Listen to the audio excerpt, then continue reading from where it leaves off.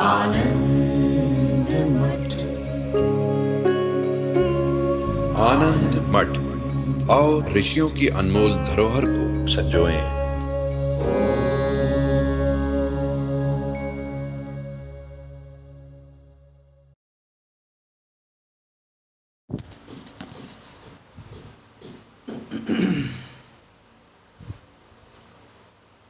श्री विश्वामित्र जी भगवान शुकदेव जी के जीवन का प्रसंग सुना रहे हैं, जिसमें कि उनको अपने स्वयं के विवेक से आत्मबोध की प्राप्ति हो गई, लेकिन उस आत्मज्ञान में निष्ठा नहीं हुई और निष्ठा नहीं होने के कारण जो आत्मज्ञान का फल प्रकट होना चाहिए वो फल प्रकट नहीं हुआ। वेदों में, वेदांत शास्त्रों में आत्मज्ञान का फल बताया गया है, जिसमें कि परम आनंद की प्राप्ति, अज्ञान से निवृत्ति, समस्त क्लेशों का पूरी तरह से शमन हो जाना, तो इस तरह के फल बताए जाते हैं। कर्म बंधन से मुक्ति, आवागमन से मुक्ति। तो ये फल परम विश्राम रूप जो फल है वो भगवान शुकदेव जी को प्राप्त नहीं हुआ था, क्योंकि उस ज्ञान को उन्होंने गुरुमुख से नहीं सुना था। तो इसलिए सबसे पहले भगवान वेदव्यास जी ने और फिर महाराज जनक ने उनको उपदेश किया है। तो वहाँ पर वही प्रश्न शुकदेव जी ने पूछा है महाराज जनक से, जो प्रश्न उन्होंने अपने पिता और गुरु भगवान वेदव्यास जी से किया था। और उस प्रश्न का जब उत्तर दिया है महाराज जनक ने, तो महाराज जनक का उत्तर सुनने के बाद शुकदेव जी ने वही बात दोहराई।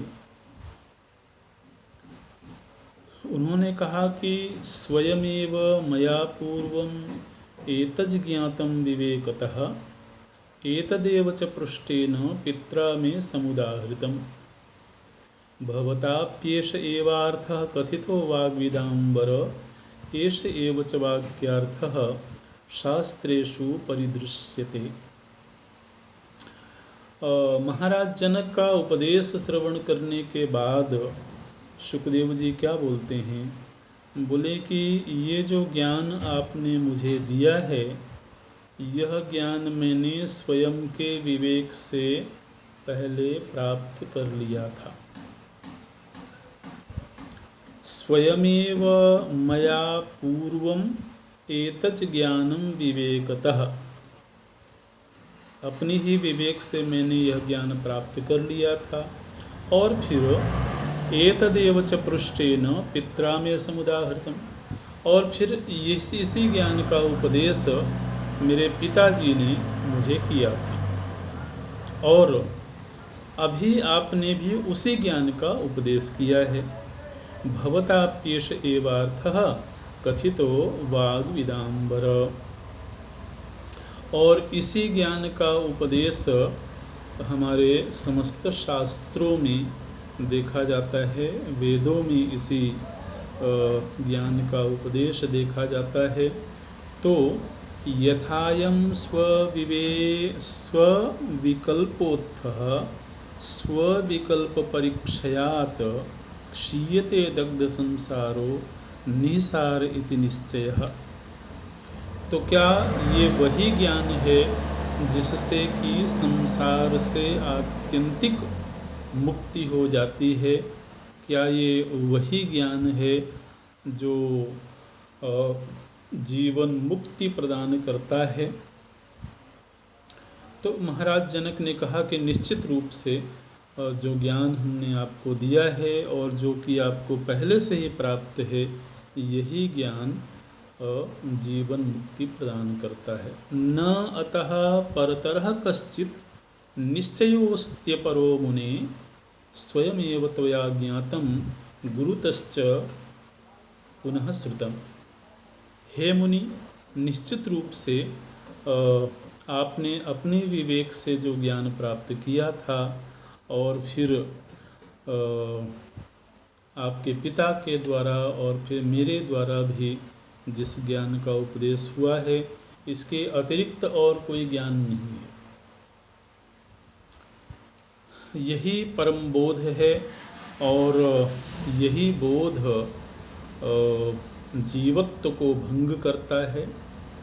अविच्छिन्न चिदात्मैकः पुमानस्तीह नेतरत् स्वसंकल्पवशात् बद्धो निसंकल्पश्च मुच्यते। बोले कि एक परम तत्व ही समूचे ब्रह्मांड में व्याप्त है। वही तत्व जो अविच्छिन्न है, अखंड है, और उसी अखंड तत्व का ज्ञान ही ज्ञान है। उसी को पाने के लिए मुनिगण प्रयत्न करते हैं, और जिसको इस ज्ञान की प्राप्ति हो गई वह फिर निसंकल्प हो जाता है। और ये निसंकल्प हो जाना ही मुक्ति है। स्वसंकल्पवशाद् बद्धो निसंकल्पश्च मुच्यते। वास्तव में यह जो जीव है, यह अपने संकल्पों की वजह से ही बंधन में है, और उसका निसंकल्प हो जाना ही मुक्ति है।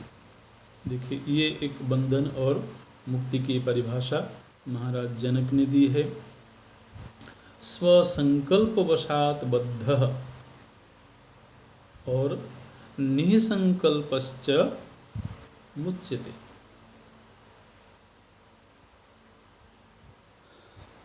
तेन त्वया स्फुटं ज्ञानं ज्ञेयं यस्य महात्मनः भोगेभ्यो विरतिर्जाता दृश्यात् प्राक् कलादिह।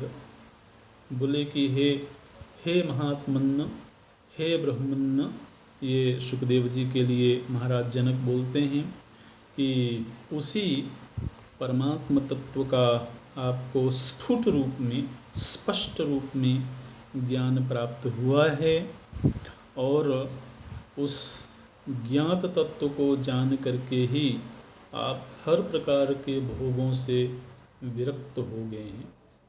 भोगेभ्यो विरति ही जाता।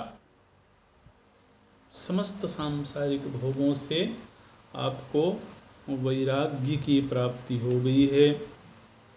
दृश्यात् प्राक् सकलादि है। जितना भी दृश्यमान प्रपंच है, पूरे प्रपंच से आप विरक्त हो गए हैं, या एक तरह से कहें तो मुक्त हो गए हैं। तब बाल महावीर मतिर्विरतिर्मागता भोगेभ्यो दीर्घ रोगेभ्यः किमन्यत् श्रोतुमिच्छसि। बोलते हैं कि आपको बाल्यकाल में ही ऐसी बुद्धि प्राप्त हो गई, बाल्यावस्था में ही आपको ऐसी मति प्राप्त हो गई कि उस मति में किसी प्रकार का कोई भोग संबंधी आकर्षण नहीं था।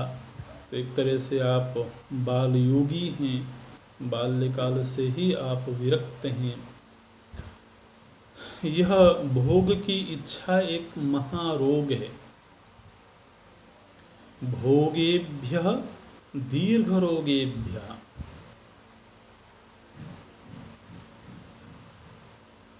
यह जो दृश्य प्रपंच की कामना, भोग्य विषयों की कामना है, यह एक दीर्घ रोग है और इस रोग से बहुत कम लोग ही होते हैं जो स्वस्थ हो पाते हैं, मुक्त हो पाते हैं। लेकिन आप तो महावीर हैं, आप तो बाल्यकाल से ही इस रोग से मुक्त हैं, इसलिए आपको भोगों से मुक्ति भी प्राप्त हो गई और परमात्म तत्व का बोध भी हो गया। तो अब आप और क्या सुनना चाहते हैं? न तथा पूर्णता जाता सर्वज्ञान महानिधे। समस्त ज्ञानों की निधि आप हो चुके हैं। असल में तो वेदों ने ये संकल्प किया है, वेदों ने ये वचन दिया है कि जिसको सत तत्व का ज्ञान हो जाता है उसको सर्व का ज्ञान हो जाता है। वेदों में शिष्यों ने अपने गुरु से जाकर के इसी तरह के प्रश्न किए हैं। कस्मिन् भगवो विज्ञाते सर्वमिदं विज्ञातम भवति। वो कौन सी वस्तु है जिसका ज्ञान हो जाने के बाद सब कुछ जान लिया जाता है, कुछ भी जानना फिर शेष नहीं रह जाता है। तो बोलते हैं कि आपको अशेष ज्ञान प्राप्त हो गया है। सर्वज्ञान महानिधे है, न तथा पूर्णता जाता। उस ज्ञान से भिन्न और कोई ज्ञान नहीं है। और सुखदेव जी को जो बोध प्राप्त हुआ है उसमें थोड़ी निष्ठा हो जाए, उसमें थोड़ा दृढ़ विश्वास हो जाए, तो उसके लिए बोलते हैं कि मैं समझता हूँ कि यद्यपि आपके पिता भी पूर्ण ज्ञानी हैं, लेकिन आपके पिता भी वैसे पूर्ण ज्ञानी नहीं हैं जैसे आप पूर्ण ज्ञानी हो गए हैं।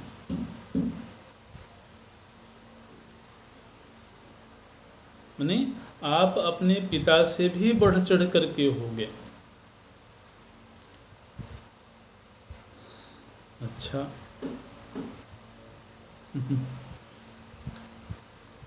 और फिर बोलते हैं कि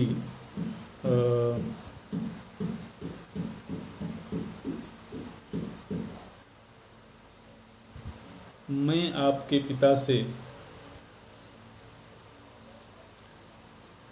बड़ा हूँ,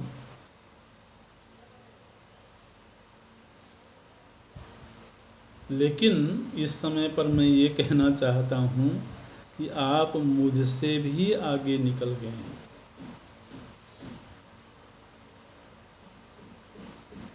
आप मुझसे भी बढ़ करके हो गए हैं।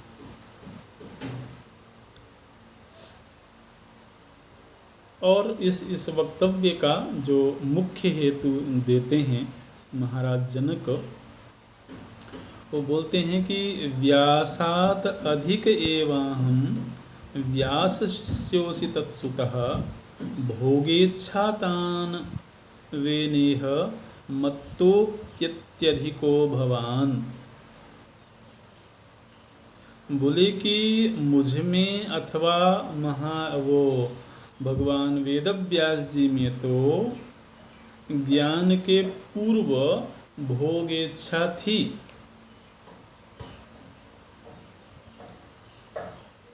है ना। भोगेच्छा होगी तभी गृहस्थाश्रम में जाएंगे। तो भगवान वेदव्यास जी भी गृहस्थाश्रमी हैं और महाराज जनक भी गृहस्थाश्रमी हैं। लेकिन आपको तो बाल्यकाल से ही परम विरक्ति प्राप्त है।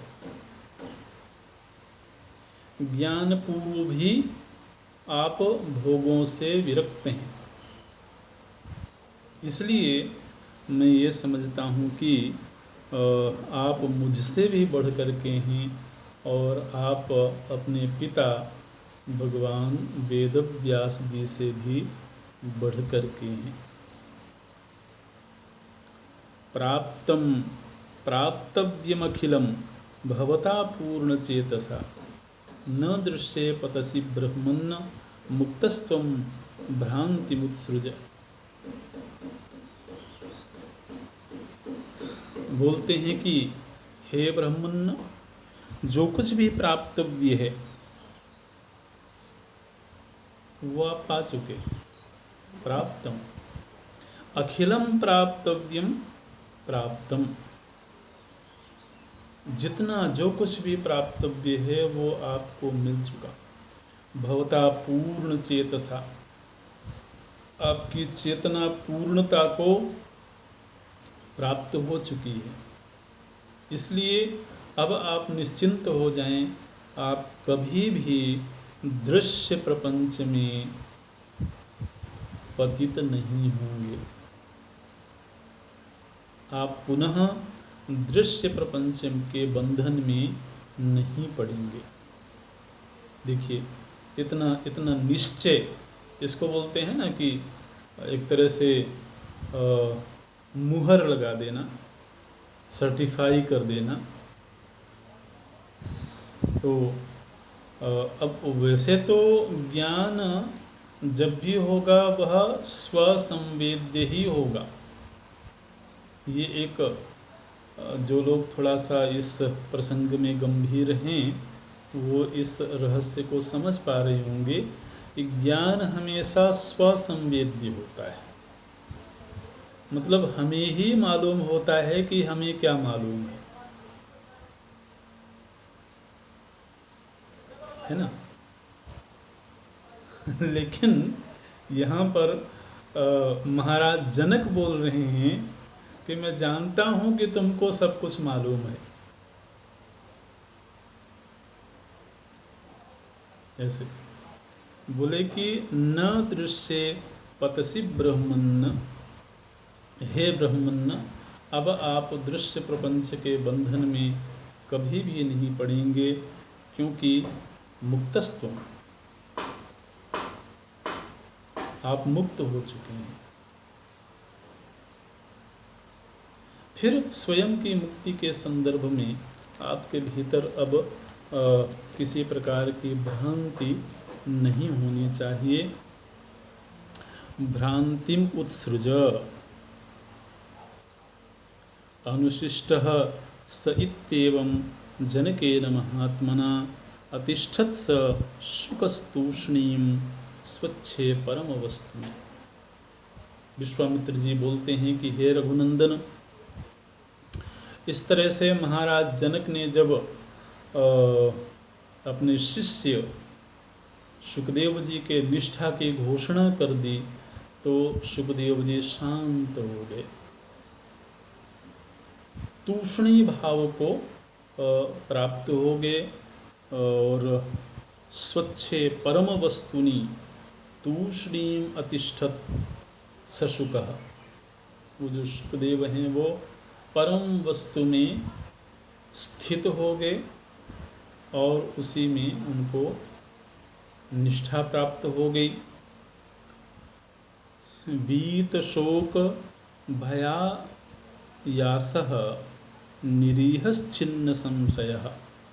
देखिए, ये हमारे शास्त्रों में ज्ञान के फल इस तरह से बताए जाते हैं। वीत शोक भय आयासः, शुकदेव जी उस समय पर शोक से मुक्त हो गए, भय से मुक्त हो गए और हर प्रकार के कर्म से मुक्त हो गए। समस्त प्रकार की वासनाओं से मुक्त हो गए। निरीह, ये जो निरीह शब्द है यह लोक व्यवहार में तो पता नहीं किस अर्थ में प्रयुक्त होता है लेकिन अध्यात्म में ये निरीह शब्द बहुत उच्च कोटि का शब्द है। निरीह मतलब ईहा रहित, निर्गतः ईहायस्मा, जिसके भीतर से समस्त प्रकार की इच्छाएं कामनाएं निवृत्त हो गई, उस महापुरुष को निरीह बोला जाता है। तो बोलते हैं निरीह छिन्न संशय। विश्वामित्र जी बोलते हैं कि उस समय सुखदेव जी समस्त संशयों से रहित हो गए। जगाम शिखरम मेरोह समाध्यर्थ अनिंदितम। फिर वो वहाँ से चल कर के मेरु पर्वत पर गए हैं और उस मेरु पर्वत पर जा कर के वो 10,000 वर्ष तक के लिए निर्विकल्प समाधि में चले गए। तत्र वर्ष सहस्राणि निर्विकल्प समाधिना 10 स्थित्वा सशामा असौ आत्मन्यस्नेह दीपवत्। 10,000 वर्ष तक वो निर्विकल्प समाधि में रहे और फिर विदेह मुक्ति को प्राप्त हो गए। इस तरह से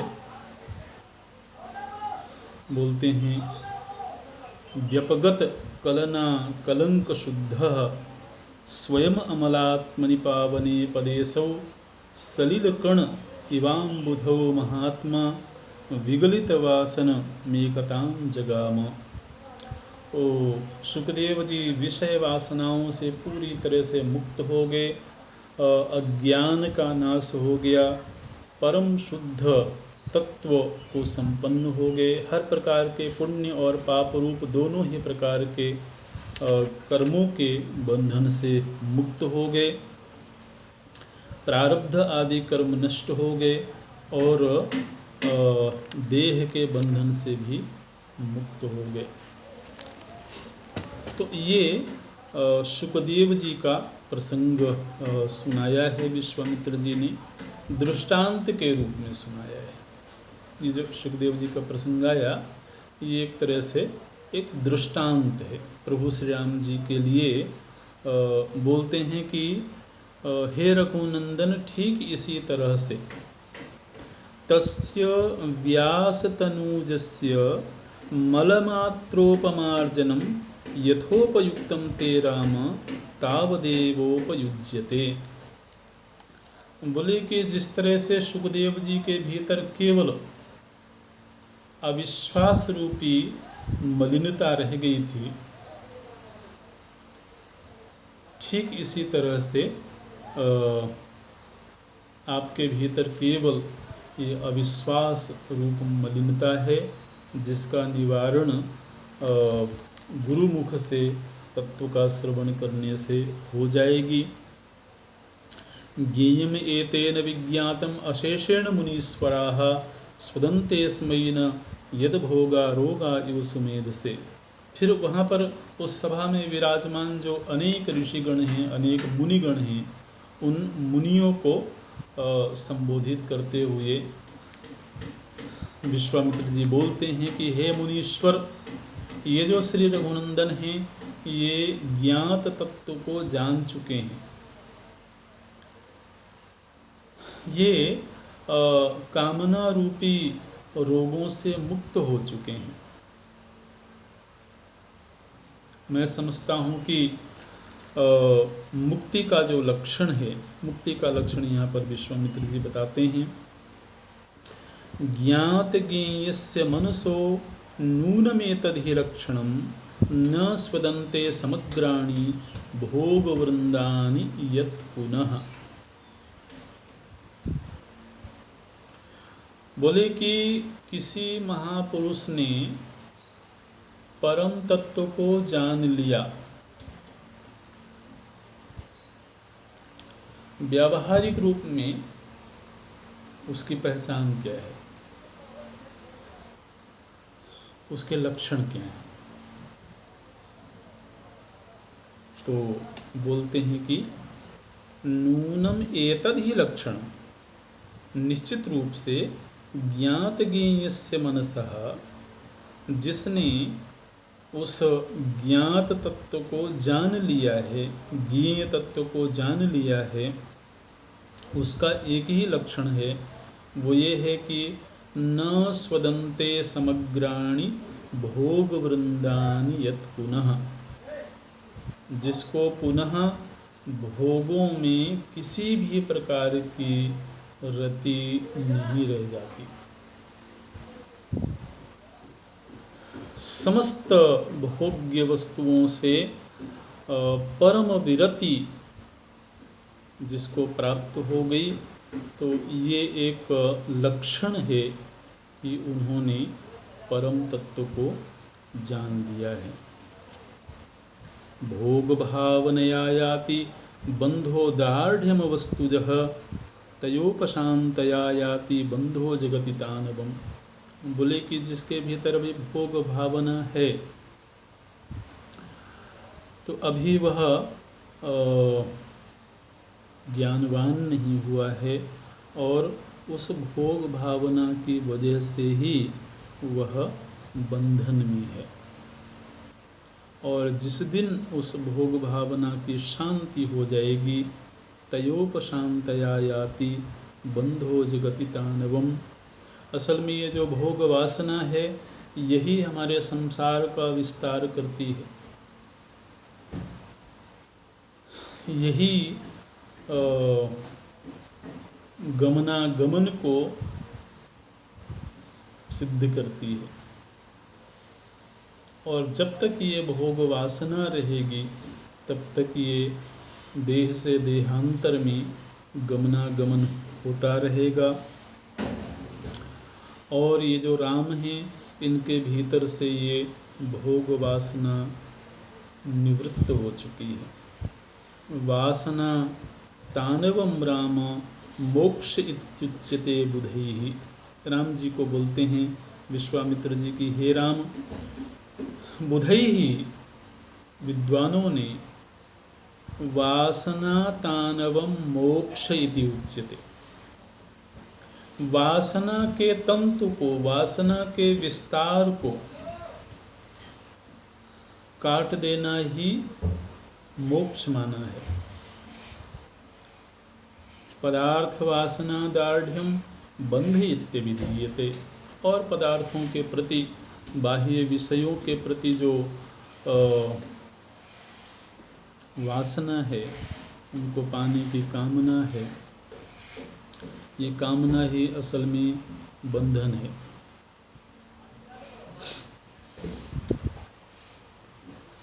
स्वात्मतत्वाभिगमनम भवति प्रायसो नृणाम मुने विषय वैरस्यम कदर्थात् उपजायते। तो व्यक्ति को कभी कभी अपने विवेक से, आत्मचिंतन से तत्व का बोध तो हो जाता है,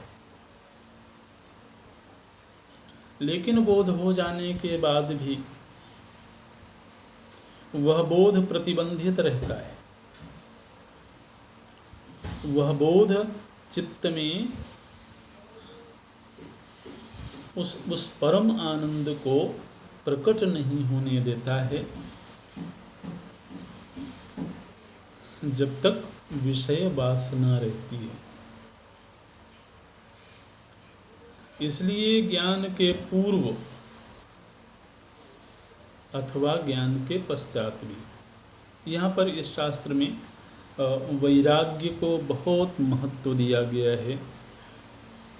आरंभ से ही वैराग्य वृत्ति की चर्चा हो रही है, और आगे वशिष्ठ जी के द्वारा जितना उपदेश होगा, तो उस उपदेश में हम ज्ञान के साथ साथ वैराग्य को बहुत प्रखर रूप में प्रतिपादित करते हुए देखेंगे। क्योंकि अगर वैराग्य वृत्ति नहीं है,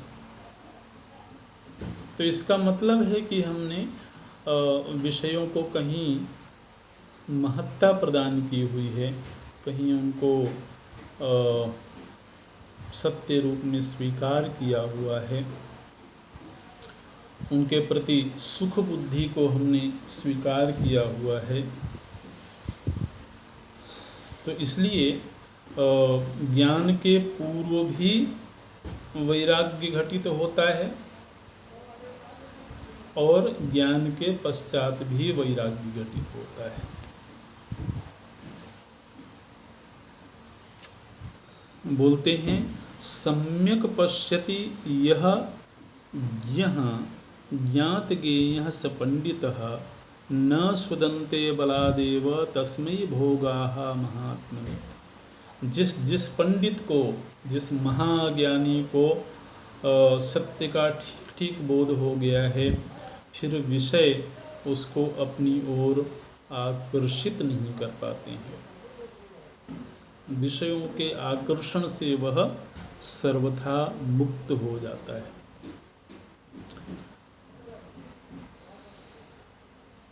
कभी कभी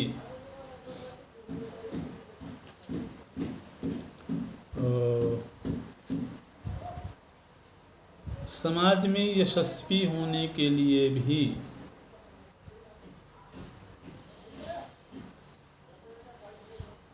हम विरक्त हैं ऐसा दिखाते हैं।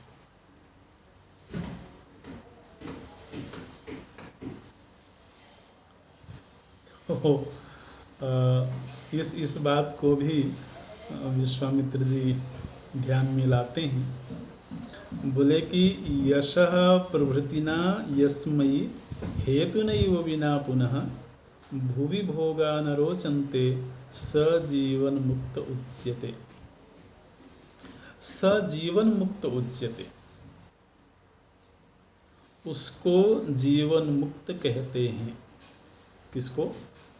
भुवि भोगा न रोचन्ते। बड़ी सुंदर परिभाषा कही है। एक सोचने का एक ढंग है जीवन मुक्ति के संदर्भ में। बोले भुवि भोगा न रोचन्ते, जिसको इस भुवन के माने त्रैलोक्य के भोग रुचिकर नहीं लगते हैं, समस्त भोगों के प्रति जिनके भीतर अरुचि पैदा हो गई,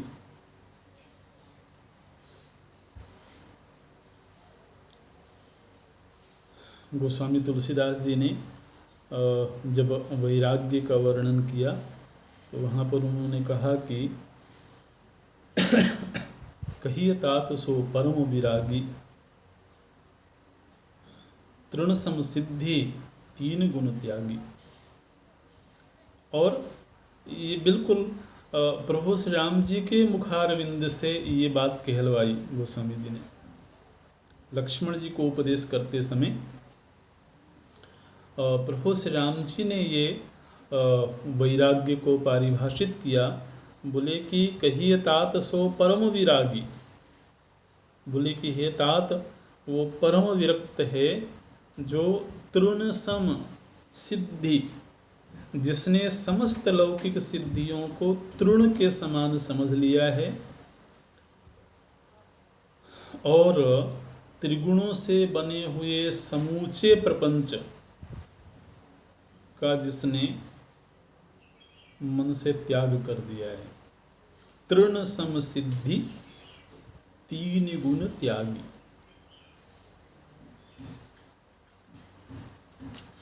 तो जीवन मुक्त कौन है उसका एक लक्षण बताते हैं।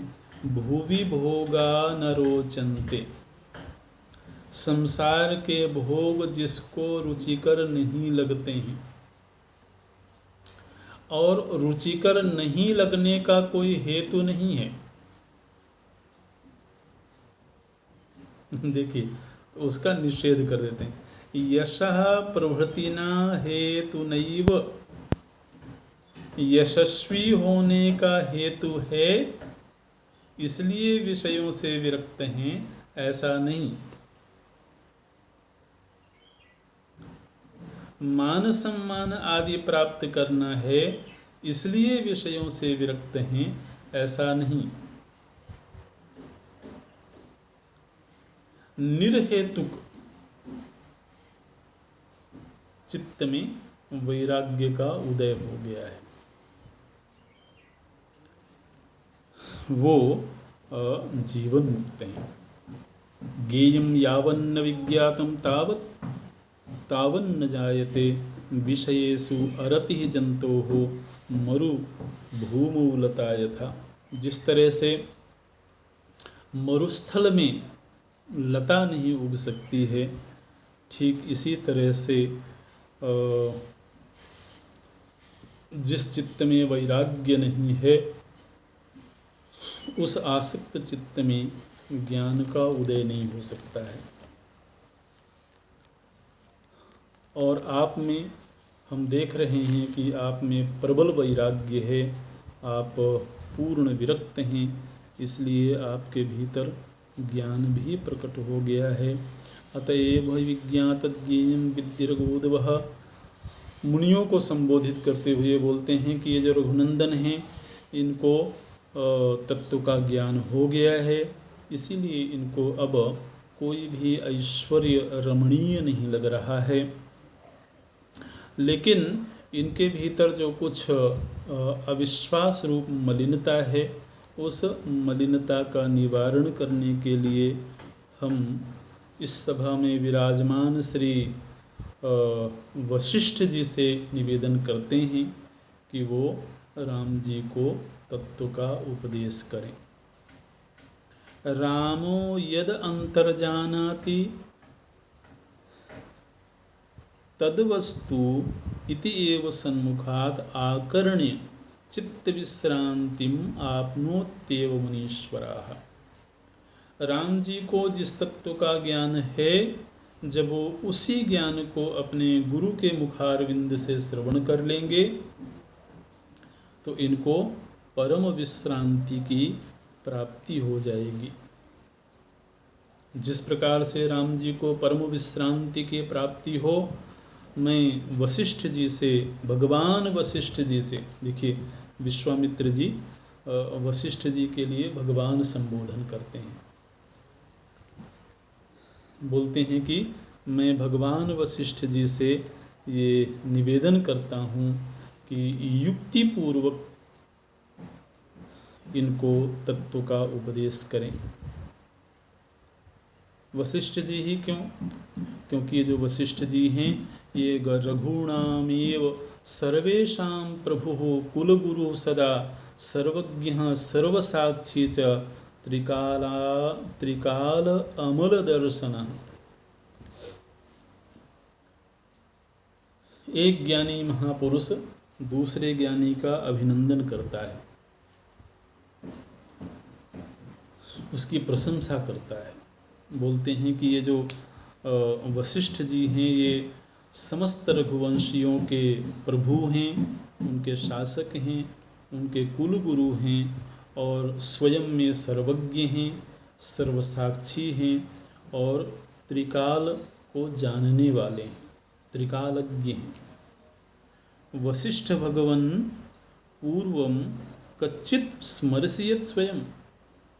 वशिष्ठ जी से बोलते हैं कि हे वशिष्ठ जी, आपको तो अपने ज्ञान का स्मरण है ही, उसी ज्ञान को आप युक्ति पूर्वक श्री राम जी को उपदेश करिए।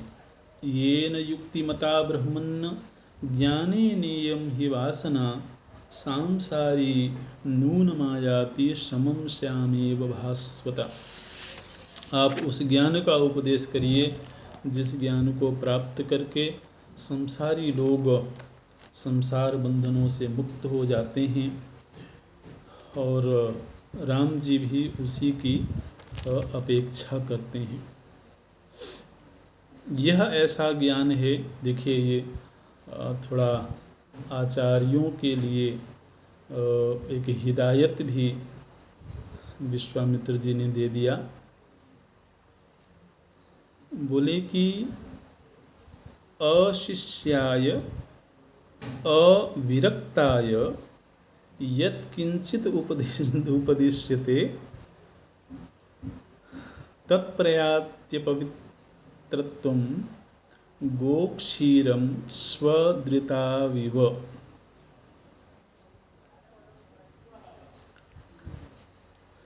अब ये तो बहुत सावधानी वाली बात विश्वामित्र जी ने कह दिया है।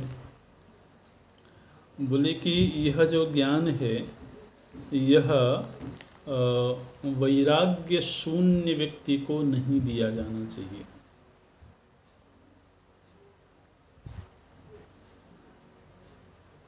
और उस व्यक्ति को नहीं दिया जाना चाहिए जो शिष्य ना हो।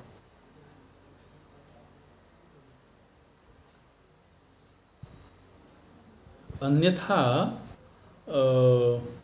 ज्ञान तो अपनी जगह पर ज्ञान ही है, लेकिन अगर पात्र उचित ना हो, देखिए उसके लिए दृष्टांत देते हैं। बोले कि गोक्षीरम स्वदृताविव, जैसे दुग्ध है, गाय का दूध है, तो गाय का दूध तो पवित्र है, परम पवित्र वस्तु है। लेकिन गाय के दूध को अगर कुत्ते के चमड़े में रख दिया जाए, देखिए ऐसा दृष्टांत देते हैं विश्वामित्र जी। बोले कि अगर गोक्षीरम, गाय के दूध को कुत्ते के चमड़े में रख दिया जाए तो वह अपवित्र हो जाता है।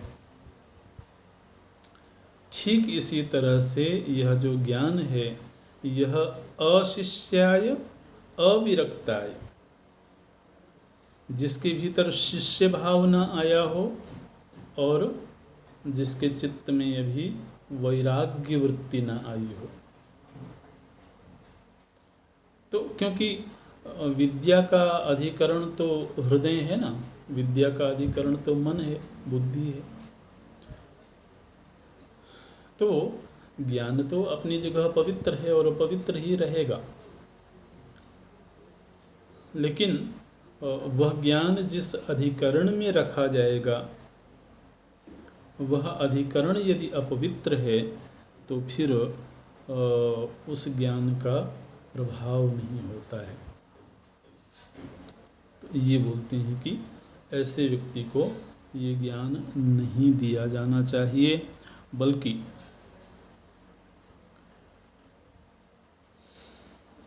वीतराग भय क्रोधा निर्माना गलितैन सह वदन्ति त्वादृशा यत्र तत्र विश्राम्यति हरिः। जो वीतराग हो गए हैं, जो भय क्रोध आदि से मुक्त हो गए हैं, उनको जब कभी आपके जैसा कोई शिष्य मिल जाए, राम जी को बोलते हैं आपके जैसा कोई शिष्य मिल जाए तो निश्चित रूप से बड़ी प्रसन्नता के साथ वो ज्ञान उसको प्रदान करते हैं और उस शिष्य को परम विश्राम की प्राप्ति होती है।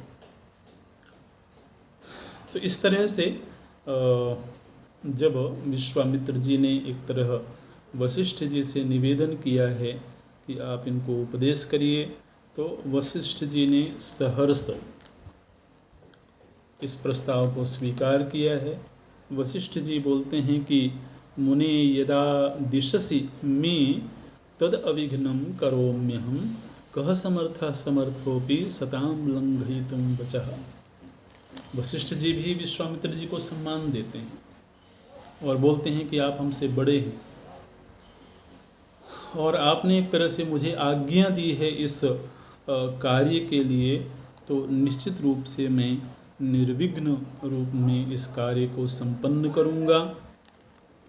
अहम ही राजपुत्राणाम रामादीनां मनस्तमः ज्ञानेन अपनयाम्यासु दीपेनेव निशा तमः।